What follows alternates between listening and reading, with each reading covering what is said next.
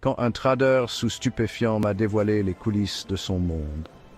C'était une journée comme les autres, à la Défense, cette jungle urbaine de verre et d'acier, où des hommes et des femmes, toujours pressés, déambulent dans des costumes impeccables. Moi, j'étais tranquillement assis sur un banc pendant ma pause déjeuner, savourant un sandwich tout simple, quand un individu s'est installé à côté de moi. Sa cravate était légèrement de travers, ses yeux un peu trop brillants, et son débit de parole, disons qu'il parlait comme s'il essayait de rattraper des années de silence. En 2 heures, ce trader, sous l'effet de stimulants non prescrits, m'a livré un condensé des pires travers de son métier. La conversation a commencé doucement. Il m'a parlé de son équipe, une « team », comme il disait, qu'il décrivait non pas comme des collègues, mais comme des larbins dociles. Le ton était posé, presque clinique.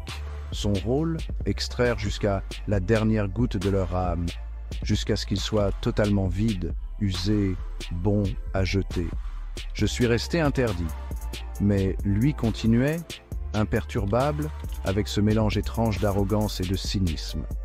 Selon lui, le secret pour que ça marche, c'est le stress. Toujours plus de stress. C'est simple, un employé stressé et un employé obéissant. Peu importe si leurs nerfs lâchent ou s'ils finissent par pleurer dans les toilettes, tant qu'ils atteignent les objectifs. Et les objectifs, ce sont des chiffres parfois aussi fictifs que les dragons d'un conte pour enfants. Dans ce monde, tout est question de façade. Il m'a raconté, avec un sourire narquois, que les résultats financiers qu'il présente ne sont souvent qu'une vaste blague. Les chiffres sont gonflés, maquillés, trafiqués. Des transactions sont inventées pour faire croire à des performances exceptionnelles. Il m'a expliqué comment certains logiciels sont modifiés pour générer des courbes qui feraient rêver n'importe quel investisseur. Et si jamais on se fait contrôler, lui ai-je demandé, curieux. Sa réponse a été un mélange d'humour noir et de désinvolture. Ah, c'est là que la poudre blanche devient utile. Selon lui, un bon rail de cocaïne est souvent plus efficace qu'un avocat pour répondre aux interrogations des régulateurs.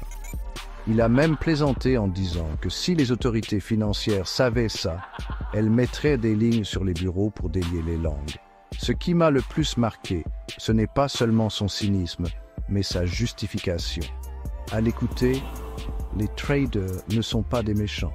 Non, ce sont les héros tragiques du capitalisme moderne, des génies incompris, sacrifiant leur santé, leur sommeil et même leur humanité pour que le système continue de fonctionner.